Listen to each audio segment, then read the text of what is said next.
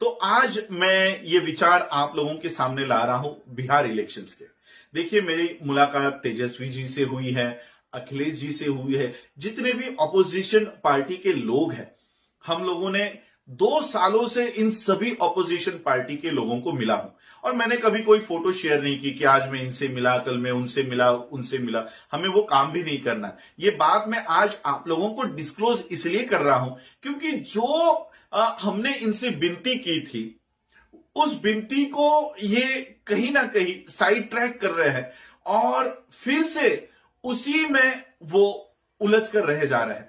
हमने तेजस्वी जी से कहा था जब उनके पिता भी बाहर थे और एक क्या कहते हो आप, इफ्तार पार्टी में हमें बुलाया गया था, जब लालू जी भी वहां थे और लालू जी और नीतीश जी का गठबंधन था, वो अलग टेबल पे बैठे हुए थे। हम तेजस्वी जी से चर्चा कर रहे थे, तब हमने उनको बताया था कि ईवीएम इस तरह से ईवीएम में गड़बड़ी की जाती है और हमने उनको प्रात्यक्षिक करके बताया था। पूरे वर्ल्ड का डेटा हमने उनके सामने रखा कि किसी भी प्रगत देश में ईवीएम का इस्तेमाल नहीं किया जाता।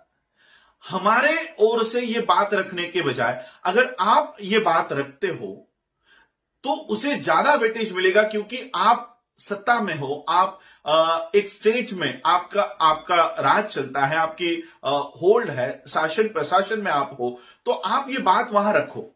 उन्होंने हमारी सारी बातें सुनी। अखिलेश जी से भी मेरी ये बात हुई है, उनके घर पर मेरी ये चर्चा हुई है ईवीएम के संदर्भ में। लेकिन हम देखते हैं कि कहीं ना कहीं हम उन्हें ये सजेशन देने के बावजूद भी वो उसी ट्रैप में फंस जाते हैं जिस ट्रैप को बिछाया गया है। और बीजेपी और कांग्रेस ये चाहती है कि आप इसी ट्रैप में आकर फंस जाओ। देखो, ईवीएम का जो गड़बड़ी है, ये गड़बड़ी या ये ईवीएम मशीन लाई ही कांग्रेस ने है। और हम देखते हैं कि कांग्रेस सत्ता से बाहर निकल रही है, तो कहीं ना कहीं कांग्रेस भी इसका इफेक्ट महसूस कर रही है। कांग्रेस को इसका कोई इफेक्ट नहीं है, क्योंकि आज जो पॉलिसीज देश में बनाई जा रही है, ये वही पॉलिसीज है जो कांग्रेस एक समय में इस देश में इंट्रोड्यूस कर रही थी। एफडीआई का बिल इंट्रोड्यूस लाया गया था कांग्रेस द्वारा, वो लागू किया बीजेपी ने। ये सारा जो भी इस देश में पॉलिसीज बनाई जा रही है, ये कहीं ना कहीं कांग्रेस की पॉलिसीज है। इसलिए कांग्रेस को ईवीएम में अपने वोट नहीं भी मिले, तब भी पॉलिसी संसद में उन्हीं की बनाई जा रही है। और इसलिए हमने जितने भी विपक्ष के नेता हैं, इन लोगों को एक होने की मांग की थी कि आप लोग एक होकर लड़ो। आप लोगों के पर्सनल एजेंडा कुछ भी हो, बीएसपी हो, यहां पर सपा हो, ये सब लोग एक होकर आप लोगों को लड़ना होगा, क्योंकि आप जिसके सामने लड़ रहे हो वो फैसिज्म को इस देश में लागू करना चाहता है। आप लोग अपने अपनी पार्टियों को बचाने के चक्कर में लगे हो, अपने अपने वोटों को बचाने के चक्कर में लगे हो, सीटों के बचाने के चक्कर में लगे हो, लेकिन इस देश का पूरा लोकतंत्र ही खतरे में है। अब हमको अपनी सीटों को बचाने के बजाय लोकतंत्र को बचाने के लिए आगे आना होगा, क्योंकि जब तक लोकतंत्र इस देश में है तब तक आपकी सीटें सुरक्षित है। अभी फिलहाल इस विश्व का सबसे बड़ा इलेक्शन हुआ। इस विश्व में, सिर्फ भारत में ही नहीं, इस विश्व में सबसे ज्यादा पावरफुल जो है वो है United states, United Nations. United states के इलेक्शंस में आज भी पर्ची से, कागज के ऊपर वोट डाले जाते हैं। सोचिए, इतना प्रगत देश और इतना बड़ा देश, इतना बड़ा खंड, आज वो अपने देशों में पर्ची के माध्यम से इलेक्शन करवाता है। और भारत जो टेक्नोलॉजी में सबसे पिछले पायदान पर है, वो देश ईवीएम का इस्तेमाल कर रहा है। तो हम ये मांग क्यों नहीं उठाते कि ईवीएम को इस देश से बैन करवाना चाहिए? हमने ये मांग उठाई, बल्कि जब मैंने यूनाइटेड नेशंस में ये प्रोटोकॉल, ये जो सारा पिटीशन हमने जब डाला, तब हमारे ही कुछ लोग आगे आकर इसका विरोध कर रहे थे। मैंने उस समय यह कहा था कि हमने ईवीएम के खिलाफ पिटीशन इंटरनेशनल कोर्ट में डाली है। इसका विपर्यास भारत के लोगों ने क्या किया कि इंटरनेशनल कोर्ट ऑफ जस्टिस में यह केस बनता ही नहीं। अरे, भारत के बाहर अगर पाकिस्तान के कोर्ट में भी अगर कोई बात डलती है तो भारत के हिसाब से वो इंटरनेशनल कोर्ट में चली गई है। और हम तो यूनाइटेड स्टेट्स के कोर्ट में डाल रहे थे। और ऐसा प्लेटफॉर्म जो सिर्फ और सिर्फ पॉलिटिकल सेफगार्ड्स को, पॉलिटिकल राइट्स को सेफगार्ड्स करने के लिए बनाया गया है। तो ऐसे प्लेटफॉर्म पर जब हमने ये पिटीशन डाली, 45 पेज की ये पिटीशन है, ये 45 पेज का ये एप्लीकेशन है, हमें वहां पर बताया गया था कि इंडिविजुअल एप्लीकेशन को वो नहीं लेते, इसलिए हमने गूगल ड्राइव पर ये एप्लीकेशन रखी और लोगों को बताया कि यहां से डाउनलोड करके अपना अपना नाम और एड्रेस भर के इस यूसीएचसीआर के ईमेल पर आप लोगों को भेजना है। लाखों लोगों ने उसे भेजा।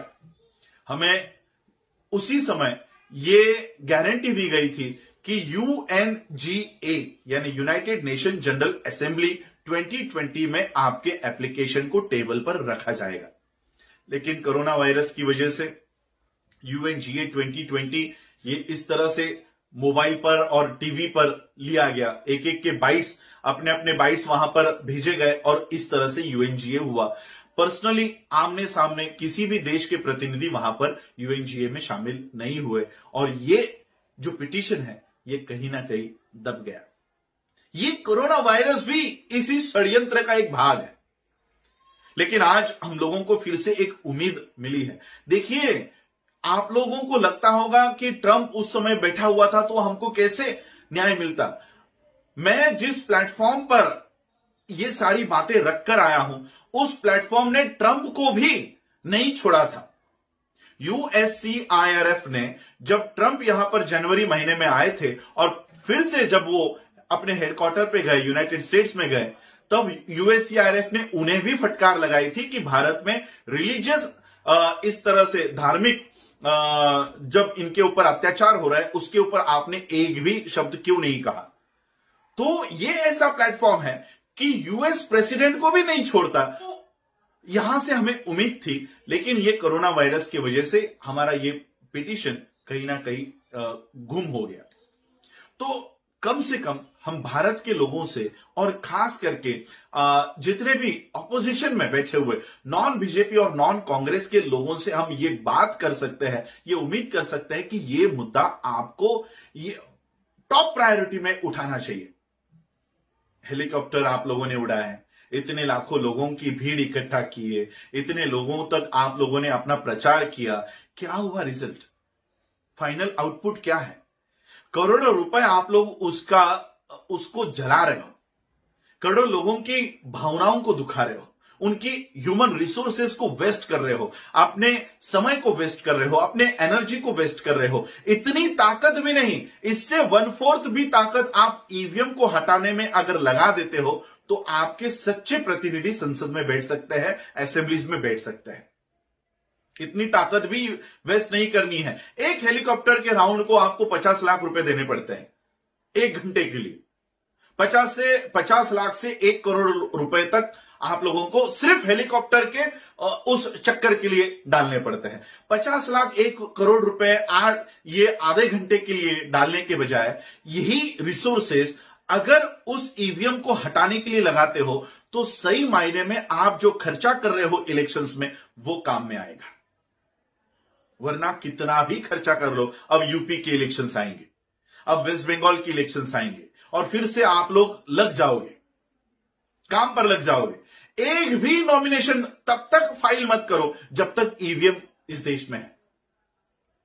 बीएसपी के हेड को मैं बताना चाहूंगा, सपा के हेड को बताना चाहूंगा, वहां पर तृणमूल कांग्रेस के हेड को बताना चाहूंगा कि अगर सही में आप इस देश के लोकतंत्र को बचाना चाहते हो तो एक भी फाइल नॉमिनेशन नहीं होना चाहिए। और नॉमिनेशन फाइल करके मतलब क्या है? आपके लोग तो चुनकर आने नहीं दिए जाएंगे। जब आपके लोग चुनकर आने ही नहीं वाले हैं तो नॉमिनेशन क्यों फाइल करना है? कम से कम आप ये बात बता सकते हो कि जब तक ईवीएम है हम एक भी कैंडिडेट, और ये कौन कह रहा है? छोटी मोटी पार्टियां नहीं, इस देश की ऑपोजिशन की पार्टियां ये कह रही है कि हम एक भी नॉमिनेशन फाइल नहीं करेंगे, एक भी उम्मीदवार का पर्चा नहीं भरेंगे। जब ये मूवमेंट देश में शुरू हो जाएगी, ईवीएम साल भर में ही इस देश से निकल जाएगी। आपको लगता है इलेक्शन कमीशन ऑफ इंडिया निष्पक्ष है? शायद मेरे ये वीडियो से फिर से मुझे धमकी ना आ जाए कि आपका वीडियो, आपका फेसबुक डिलीट कर दिया जाएगा। होने दो। क्या इलेक्शन कमीशन ऑफ इंडिया आपको लगता है निष्पक्ष है? क्या बिहार में जिस कलेक्टर के माध्यम से ये इलेक्शंस कंडक्ट करवाई जा रही थी, क्या आपको लगता है वो कलेक्टर निष्पक्ष है? मुझे पूछो, कलेक्टर कैसे काम कर रहे थे? गाजियाबाद में बौद्ध धर्म की दीक्षा होने के बाद कलेक्टर उन बौद्ध दीक्षार्थियों को उनके पैर पकड़ के कह रहा है कि आप हिंदू धर्म में वापस आ जाओ। क्या ये कलेक्टर का काम है? तो हमें पता है ये कलेक्टर क्या काम करते हैं और कैसे काम कर रहे हैं। किनके ऊपर विश्वास रख रहे हो आप? Election commission of India, collectors, courts, क्या ये आपको न्याय देंगे? ये कोई पर्सनल मुद्दा नहीं है कि ये बीएसपी का मुद्दा है तो सपा ने उठाना नहीं चाहिए। कांग्रेस इस मुद्दे को नहीं उठाएगी, बीजेपी इस मुद्दे को नहीं उठाएगी, और बीजेपी के जो मित्र पक्ष है वो भी नहीं उठाएंगे। जो लोग इससे अफेक्टेड है, तेजस्वी ने आगे आकर इस मुद्दे को उठाना चाहिए, अखिलेश जी ने आगे आकर इस मुद्दे को उठाना चाहिए, मायावती जी ने इस मुद्दे को उठाना चाहिए, इवन ममता बनर्जी से भी मैं अपील करूंगा। और मैं इन लोगों से मिल रहा हूं, ऑलरेडी मैं तेजस्वी जी से, अखिलेश जी से इस मुद्दे के ऊपर मिला हूं। लेकिन फिर वही होता है कि हम एक्सेप्ट कर लेते हैं कि हां ये गड़बड़ी तो हुई है, और फिर वही उसी मार्ग पर चलते हैं जिसमें हम फंसने वाले हैं। अरे इतना इतना रिसोर्सेस, आपके पार्टी का फंड, बीजेपी को तो प्रधानमंत्री जो योजना चल रहा है उससे फंड दे रहे हैं, आपकी पार्टियों को फंड कहां से आएगा? ये जो गरीब लोग हैं वही तो आपको फंड देते हैं, 10-10 रुपया, 50-50, 100-100 रुपया देकर फंड देते हैं। आपको फंड कहां से आएगा? क्या आपके लोग सत्ता में बैठे हैं? तो आप अपनी तिजोरियां खाली कर रहे हो। जब आपका फंड ही खत्म हो जाएगा, गाड़ी में पेट्रोल ही नहीं होगा, तो गाड़ी आगे खिसकेगी नहीं, गाड़ी आगे चलेगी नहीं, एक जगह पर ठप हो जाएगी। कुछ सालों में आपकी सारी पार्टियां ठप हो जाएंगी। आप अपने घरों से, हेडक्वार्टर से बाहर नहीं आ सकते हो। आपके फंड्स के ऊपर ताला लग जाएगा, और जिनके पास फंड है उनके ऊपर सीबीआई बैठ जाएगी, उनके ऊपर ईडी बैठ जाएगा। तब क्या करोगे? आगे चलकर घरों में ही कैद होने के बजाय, अपने अपने हेडक्वार्टर में ही कैद होने के बजाय, आज अगर प्रॉपर तरीके से आंदोलन करते हो तो ही अपनी पार्टियों को आप बचा सकते हो। और जितने भी ये पार्टियां हैं, ये सारी बहुजनों की है जो खतरे में है। ब्राह्मणों के पार्टियों से बीजेपी को और कांग्रेस को कोई डर नहीं है। हम नहीं आते तो आप आ जाओ। पॉलिसी हमारी होनी चाहिए, पॉलिसी ब्राह्मणवाद की होनी चाहिए, पॉलिसी महिलाओं के विरोध में होनी चाहिए, विद्यार्थियों के विरोध में होनी चाहिए, किसानों के विरोध में होनी चाहिए, कर्मचारियों के विरोध में होनी चाहिए। इस देश के 85% लोगों के विरोध में अगर कोई भी पार्टी पॉलिसी बनाती है तो वो उनके समर्थन में खड़े हैं। बीजेपी के लोग खड़े हैं, कांग्रेस के लोग खड़े हैं। और इसलिए मैं आप लोगों से यही विनती करना चाहता हूं। पर्सनली मैं फिर से सबसे यही कहूंगा, मिलने जाऊंगा कि ये आंदोलन उठाओ। ईवीएम जब तक भारत में है, क्योंकि देखो इन लोगों ने हमें भारत में कैद करके रखा हुआ है। मैं खुद द नेदरलैंड्स जाना चाह रहा हूं, लेकिन यहां से मुझे द नेदरलैंड्स जाने के लिए परमिशन नहीं मिल रही। इंटरनेशनल ह्यूमन राइट्स कमीशन में वहां के लोगों ने सारी अपॉइंटमेंट्स लेकर रखी हुई है, लेकिन मुझे बाहर जाने की अनुमति नहीं है। क्यों? क्योंकि इंटरनेशनल एयरलाइंस बंद है, और अगर अप्रूवल नहीं है आपको कि आप किस वजह से जाना चाहते हो, और जब तक इंडियन एविएशन मिनिस्टर मुझे वो अथॉरिटी नहीं देता, परमिशन नहीं देता, मैं नहीं जा सकता, नहीं जा सकता। कौन सी योजना चलाई है? वंदे भारतम, यानी बाहर भी लोग जो अटके हुए हैं, इस वंदे भारतम मूवमेंट के माध्यम से ही वो लाए जा सकते हैं, और इस मूवमेंट के वजह से ही वो बाहर भेजे जा सकते हैं। तो मैं तो इनके मूवमेंट में बैठता नहीं हूं। मैं क्यों द नेदरलैंड्स जाना चाहता हूं? तो इंटरनेशनल ह्यूमन राइट्स कमीशन में बीजेपी के और आरएसएस की कंप्लेंट करने जाना चाहता हूं। इसकी वजह से क्या मुझे परमिशन मिलेगी? नहीं मिलेगी। तो भारत के बाहर हमारे सारे दरवाजे इन्होंने बंद कर दिए हैं। अब भारत के अंदर बैठकर ही हमें लड़ाई लड़नी होगी, कानूनी तौर से, डेमोक्रेटिक वे से, और संविधान के माध्यम से। हमारा फंडामेंटल राइट है, वोट करना हमारा फंडामेंटल राइट है, और ईवीएम मशीन हमारा फंडामेंटल राइट चुराता है।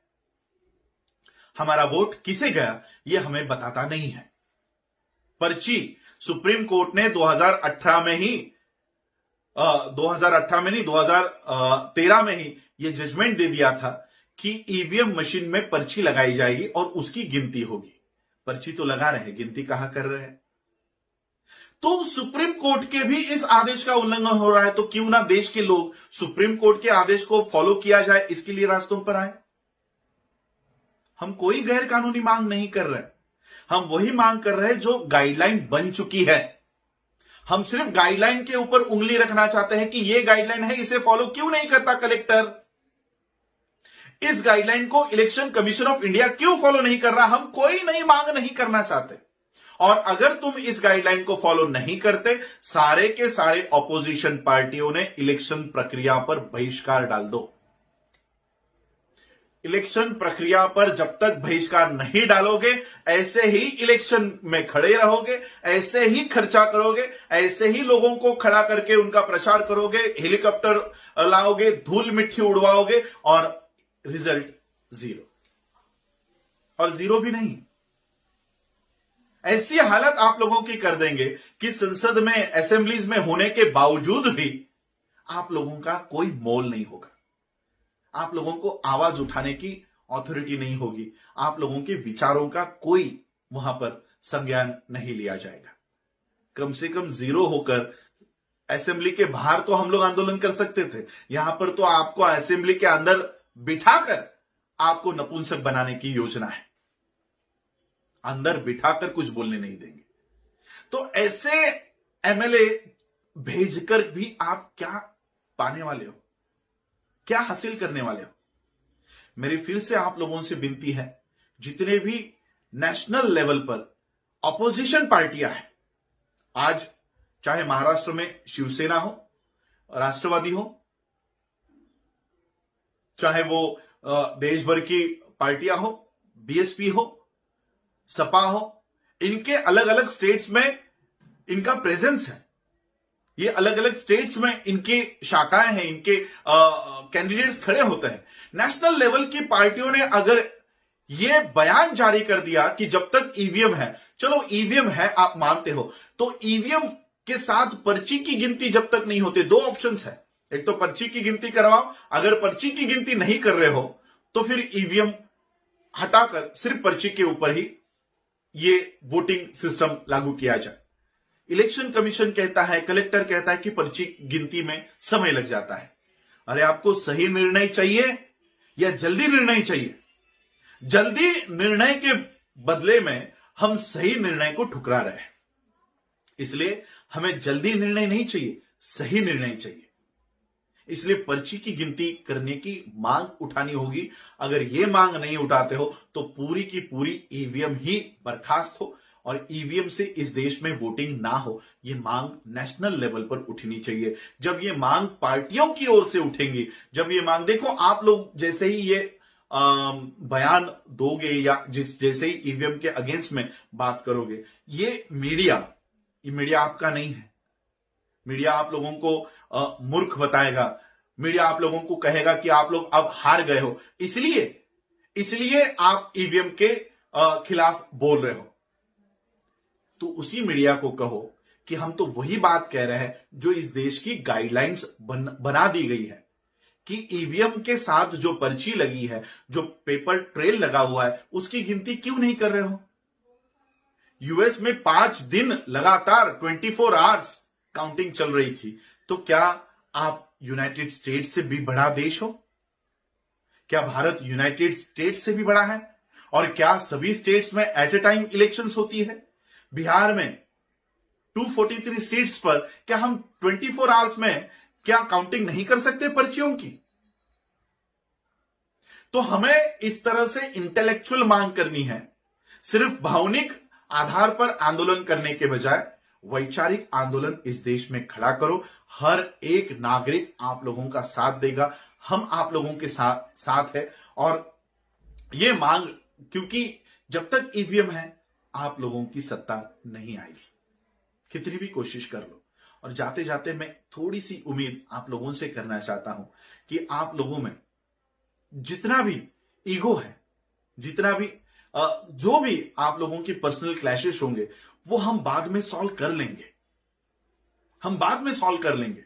लेकिन आज अगर आप इस देश के लोकतंत्र को बचाने में अगर नाकामयाब हो गए, तब आपका ये ईगो तो कहीं रहेगा नहीं, बल्कि आपकी वो पार्टियां भी नहीं रहेगी, सिर्फ अपने छोटे से ईगो की वजह से। इस देश का, चाहे वो बीएसपी हो, सपा हो, मुस्लिम हो, शेड्यूल कास्ट के लोग हो, हमको एक होकर लड़ना होगा। इस देश का हिंदू, जिसे हम एससी, एसटी, ओबीसी कहते हैं, आज ये भी सताए जा रहे हैं।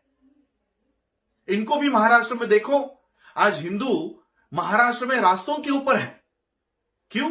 क्योंकि उनकी हालत इतनी खराब कर दी गई है कि 70 सालों के बाद जो इस देश के हुक्मरान हुआ करते थे, आज वो आरक्षण मांगने के लिए रास्तों पर आ गए हैं। इस देश में ब्राह्मणी व्यवस्था ने इस देश के एससी, एसटी, ओबीसी, मराठाओं को भी मांगने वालों के कतार में लाकर खड़ा कर दिया है। इसलिए अपने अपने ईगो साइड में रखकर हम लोगों को एक होकर, ये कोई पॉलिटिक्स अब रहा नहीं है। हमें अपने अपने राजनीतिक पार्टी को मजबूत करने की यह लड़ाई नहीं रही है। अपनी पार्टी कब मजबूत होगी? जब इस देश का लोकतंत्र मजबूत होगा। जब लोकतंत्र ही नहीं होगा तो आपकी पार्टी कहां होगी? पार्टी बनाने का अधिकार आपको लोकतंत्र देता है। इसलिए हर पार्टी की यह जिम्मेदारी होगी, और मेरे ख्याल से जब पार्टी का आप गठन करते हो तो पहले ही पन्ने पर आप ये शपथ लिखकर देते हो कि हम इस देश के लोकतंत्र को मजबूत बनाने की शपथ खाते हैं। तो कहां गई आपकी ये शपथ? कहां गया आपका ये जो आप डिक्लेरेशन देते हो, कहां गया ये जज्बा? और इसलिए आपकी पार्टियों को मजबूत करने के लिए इस देश का आपको लोकतंत्र मजबूत करना होगा। यही अपील मैं आज करना चाहता हूं। बिहार के इलेक्शंस में जो हुआ वही उत्तर प्रदेश के इलेक्शंस में होगा, और वही वेस्ट बंगाल के इलेक्शंस में होगा। आप लोग देखिए, सारे मशीन्स को मैनेज करने की जरूरत नहीं है, सारे पोलिंग बूथ के ऊपर गड़बड़ी करने की जरूरत नहीं है। 1% गड़बड़ कर दो, हो गया। कितने परसेंट से जीते हैं आज ये लोग? कितने परसेंट वोट मिले हैं? 19% वोट। 17 से 19% वोट मिलते हैं। 17 से 19% वोट पाकर भी आप स्टेट हासिल कर सकते हो। तो इन्हें सारे पोलिंग बूथ पर मैनेज करने की कोई जरूरत नहीं है। इसलिए ये बात समझो, और सभी ऑपोजिशन पार्टी के नॉन फैसिस्ट जो लोग हैं, सब एक होकर ये लड़ाई लड़ो।